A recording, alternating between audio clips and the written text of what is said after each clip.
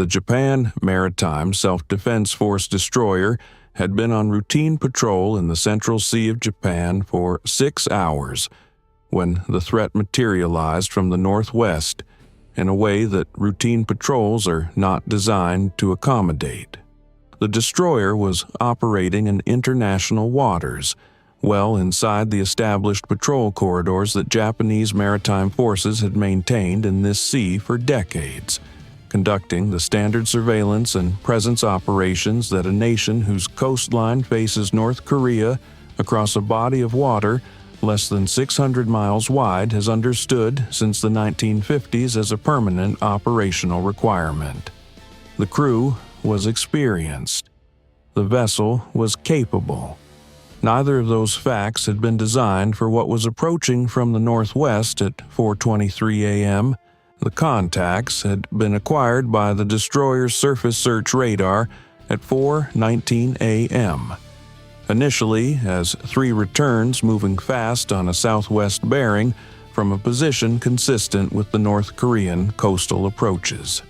The officer of the deck had called the captain to the bridge at 4:20 a.m. Not because 3 fast surface contacts from the North Korean direction at 4 in the morning in the Sea of Japan were definitively threatening, but because they were the kind of contact picture that a professional mariner in that specific sea at that specific hour recognized as requiring command attention before it required anything else.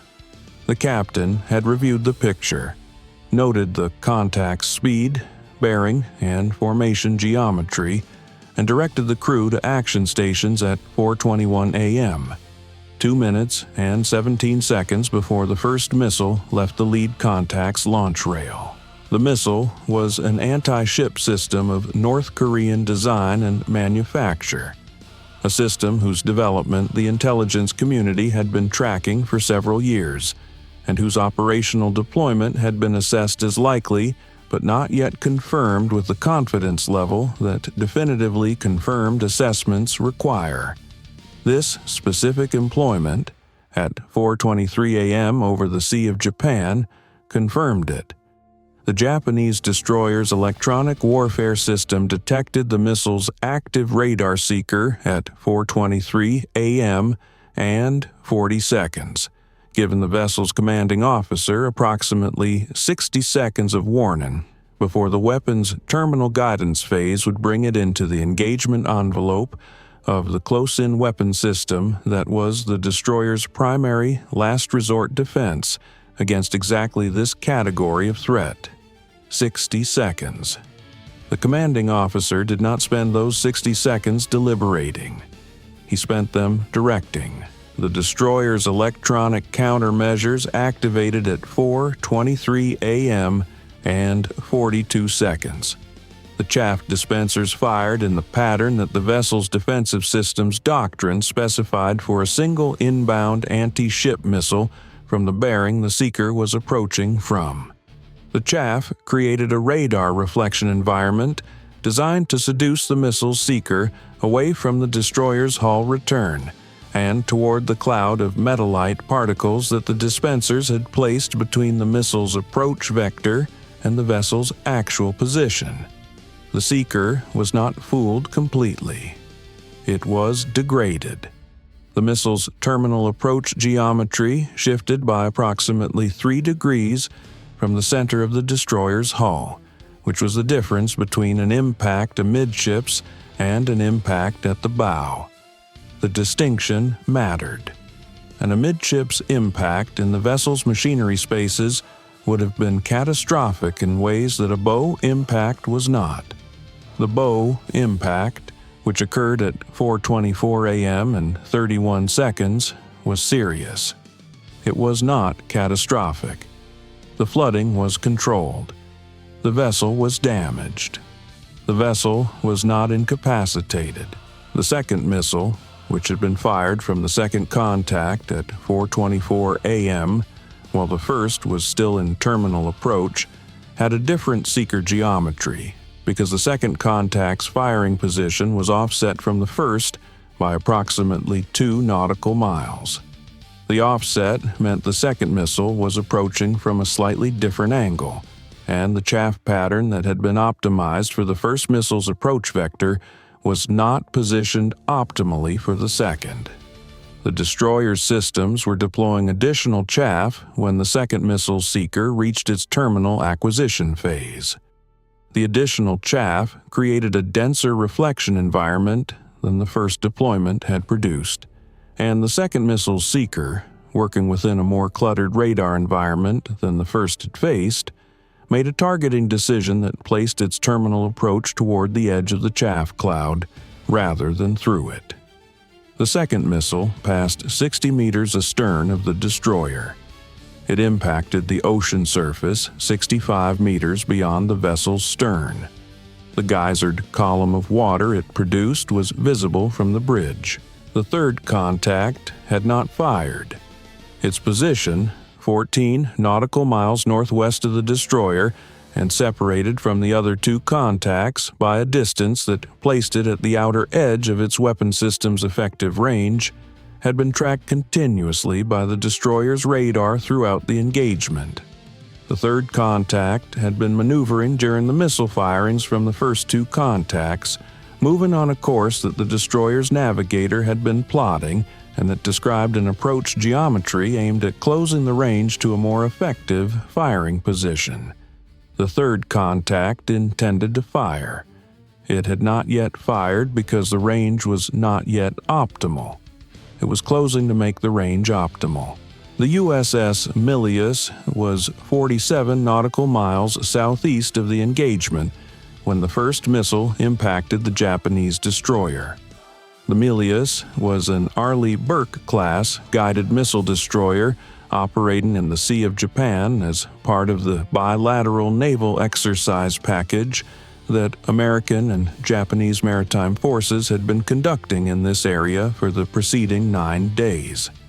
The bilateral exercise had not been scheduled for this morning in this location by accident.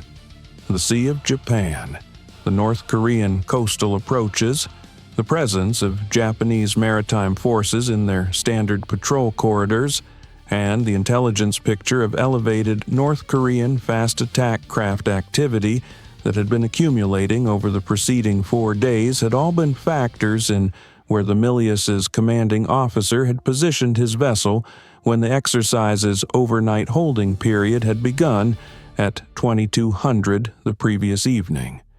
The positioning had been the result of a conversation between the Milius's commanding officer and the JMSDF destroyer's captain over the exercise's secure communications network, a conversation in which both officers had reviewed the intelligence picture and reached the same conclusion about where the most professionally responsible overnight holding position was. 47 nautical miles southeast turned out to be 38 minutes of maximum speed from the point where the professional conversation's foresight would be required to produce results.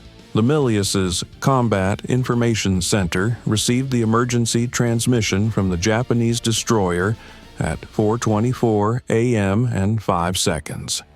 The transmission described the engagement in the compressed, specific language of a crew under fire who understand that the transmission has to carry maximum information in minimum time because maximum time may not be available. The Milius's commanding officer had read the transmission in 6 seconds and had given his first order at 4:24 a.m. and 11 seconds. Come to flank speed. Come to heading 330. Clear weapon systems for surface engagement. The CIC watch team executed these orders with the particular focused speed of a crew that had been at a heightened readiness state since the overnight positioning decision, and that had been waiting with the professional attention that such a state demands for the situation the readiness had been designed to address. The Milius's surface search radar acquired the 3 North Korean contacts at 4:27 a.m. at maximum radar range, their signatures consistent with the Wonsan-class fast attack craft that the North Korean Navy operated in the Sea of Japan, and whose specific radar cross-section the Milius's database had been updated with 6 weeks earlier from a collection product whose origin the database entry did not identify. The third contact was still maneuvering toward a better firing position. Its course, tracked from 4:27 a.m., was taking it in a direction that placed the damaged Japanese destroyer between it and the Milius. The engagement geometry that the Milius's weapons officer was building on his console accounted for this. It also accounted for the 2 contacts that had already fired, whose positions relative to the engagement area and whose post-firing behavior on the Milius's radar picture needed to be assessed before they could be classified as no longer active threats. At 4:31 a.m., the USS George Washington's Air Wing launched its first response package. The George Washington was an aircraft carrier operating in the Yellow Sea as the primary American carrier presence in the Western Pacific Theater, approximately 340 nautical miles southwest of the engagement area. 340 nautical miles was beyond the combat radius that the A-18C Hornets in the response package could cover and still conduct an effective surface strike with meaningful weapons on target. It was not beyond the combat radius with aerial refueling.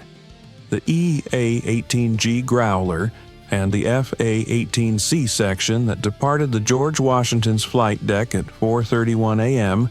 were joined in the air 11 minutes later by the tanker aircraft that had been pre-positioned for exactly this contingency, a positioning that had been part of the same overnight conversation between the American and Japanese surface commanders that had established the Milius's holding position.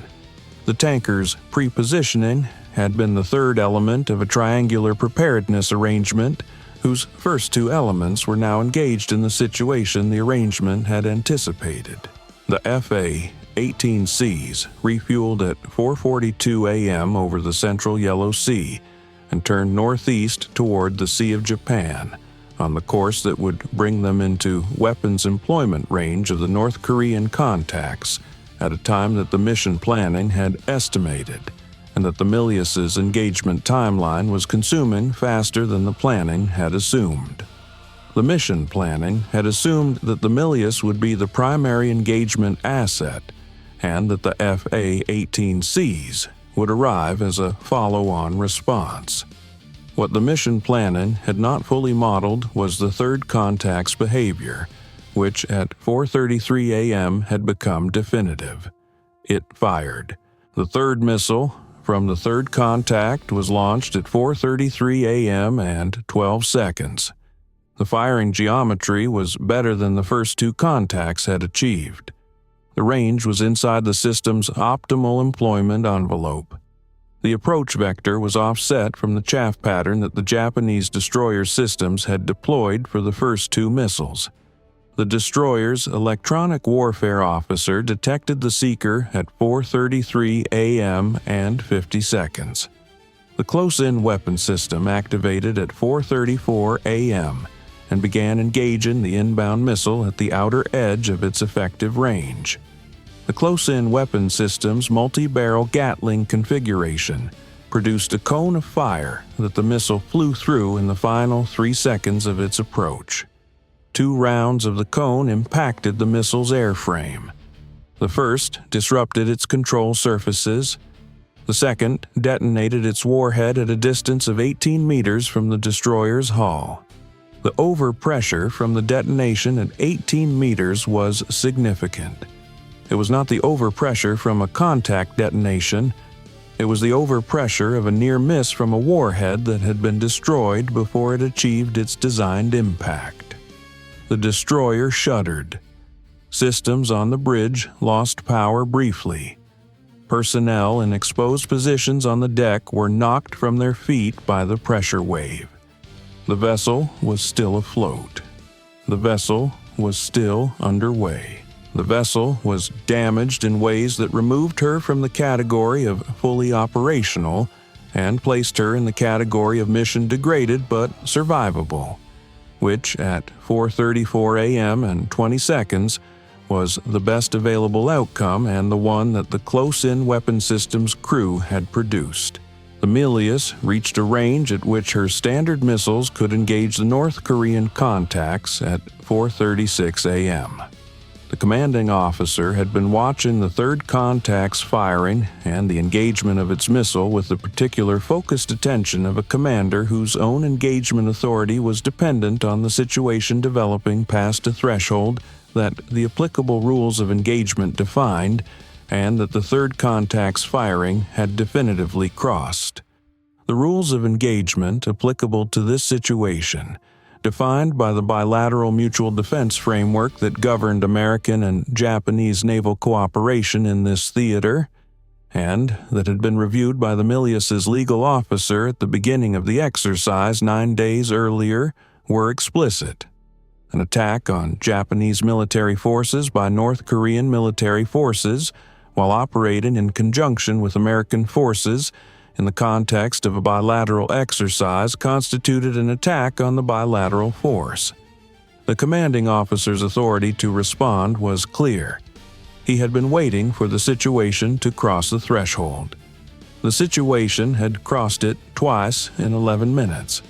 He authorized surface engagement at 4:36 a.m. The Milius's first standard missile left her vertical launch system at 4:36 a.m. and 40 seconds, targeted against the third contact whose post-firing position and heading had been tracked continuously.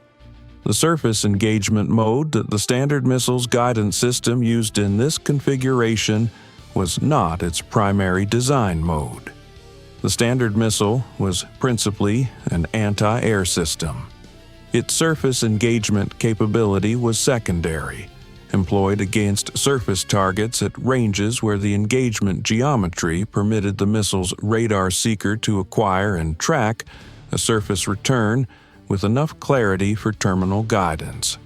The third contact's radar cross-section was sufficient. The geometry was within the engagement envelope. The missile acquired the contact at the outer edge of its terminal guidance range and adjusted its approach for the intercept. The first contact and the second contact, having observed the missile launch from the Milius's position on their own radar systems, made the decision that commanding officers of fast attack craft make when an asset with a significantly larger standard missile inventory than the contact's own weapons payload is inside engagement range, and has just demonstrated that it is using that inventory. Both contacts accelerated to maximum speed on a northwest heading. The acceleration was immediate and simultaneous, suggesting a coordinated withdrawal order from a command authority monitoring the engagement from ashore or from a command vessel further northwest that the Milius's radar had not yet resolved within the range envelope. The heading was directly back toward the North Korean coast. The Milius's commanding officer directed a second standard missile launch against the first contact at 4:38 a.m. The first contact was now at maximum speed on its withdrawal heading. The standard missile's surface engagement guidance found the contact's hull return in the seeker's acquisition window at terminal range. The contact ceased to appear as a moving return on the Milius's radar at 4:39 a.m. and 7 seconds.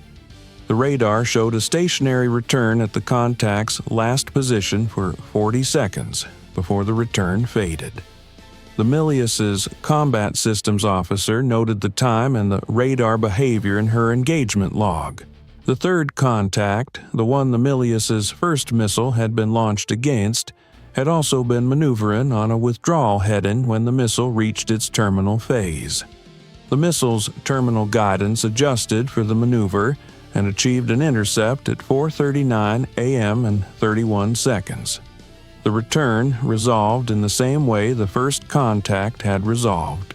The second contact had separated from the first by a greater distance during its withdrawal sprint, and its position at 4:40 a.m.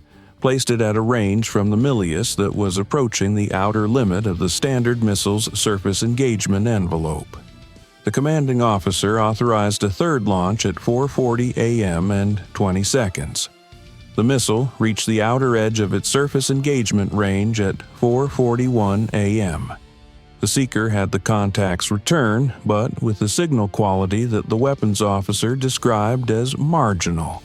Marginal, at the outer edge of the engagement envelope, was the specific condition that the engagement parameters had been designed around.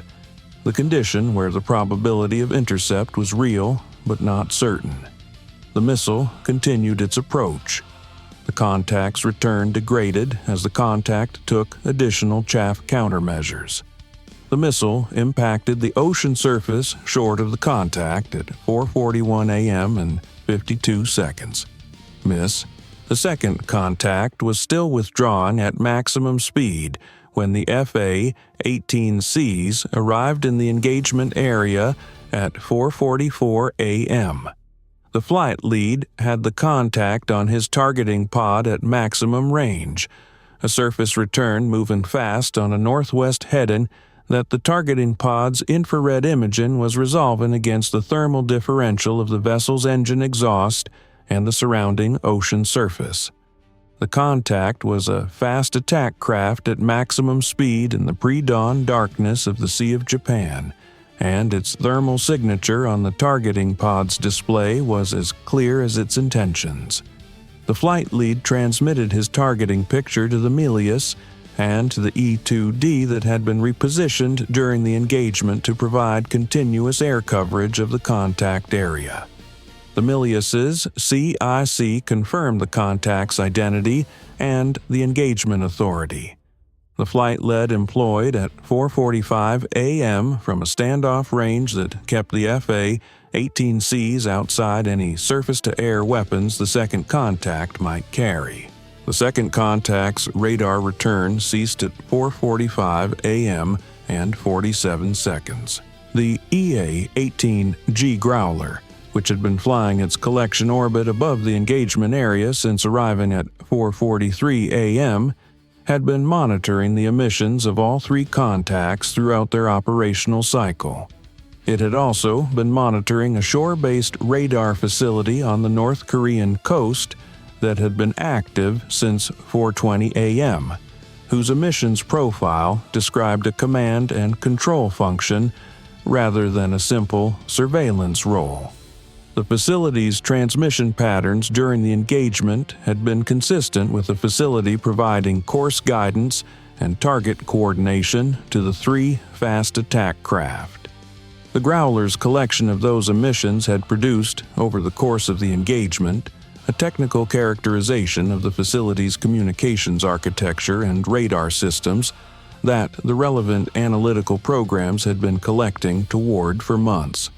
The facility's emissions had ceased at 4:47 a.m., 4 minutes after the Growler's arrival, and 2 minutes after the facility would have received its last position report from the second contact. The facility had gone silent on its own, presumably having assessed that the collection environment around it had changed in a way that made continued transmission inadvisable. The Growler's collection of the silence was logged alongside the collection of the emissions. The Milius reached the Japanese destroyer at 5:07 a.m.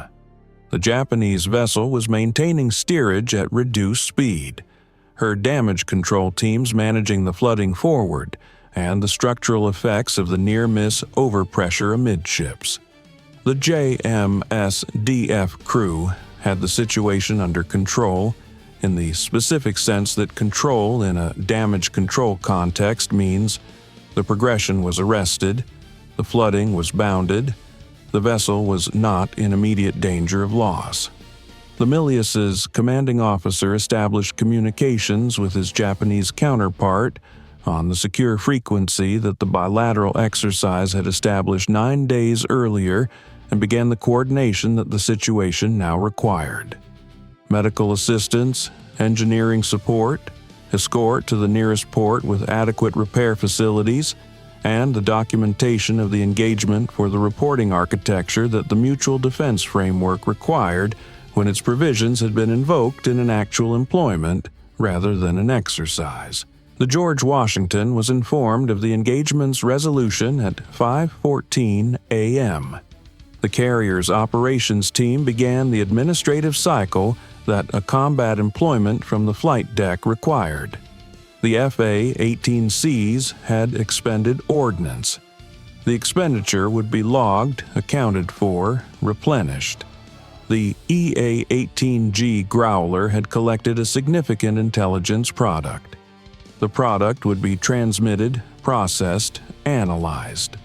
The bilateral engagement, the first actual employment of the Mutual Defense Framework's provisions in this theater in the current operational period, would be documented, reviewed, and assessed for the lessons it contained about the specific threat picture in the Sea of Japan, the performance of the systems involved, and the adequacy of the preparedness posture that had positioned the relevant assets where the situation required them to be. The Japanese destroyer arrived at the port of Maizuru under her own power, escorted by the Milius at 2:47 p.m. The port's repair facility had been notified of the vessel's damage profile and had begun preparing the repair bay before the escort formation was within radar range. The vessel would be repaired. Her crew would return to sea. The Sea of Japan continued its ordinary operations around the edges of what had happened. The commercial shipping lanes carried their traffic. The fishing fleets worked their grounds. The body of water that separates two nations, one of which chooses aggression as a tool of policy, and one of which has built the maritime capability that makes aggression an instrument of strategic failure, moved south toward the Korea Strait as it always does, carrying everything that passed across its surface with the same deep indifference that all oceans bring to the events of human beings. 47 nautical miles of overnight positioning, 11 minutes of transit time at maximum speed, 3 North Korean fast attack craft engaged, 2 rendered inoperable, 1 disabled by Standard Missile and confirmed by F/A-18C, 1 Japanese destroyer damaged but recovered, 0 lives lost. The Mutual Defense Framework had been invoked and had produced the outcome the framework was designed to produce. The watch continued. The alliance held. What a mutual defense commitment means in practice is not a document. It is a destroyer positioned overnight where the intelligence picture suggests it should be, a carrier's air wing pre-positioned for refueling, and 2 commanding officers who had a professional conversation the night before and who knew when the situation required everything, exactly where everything was.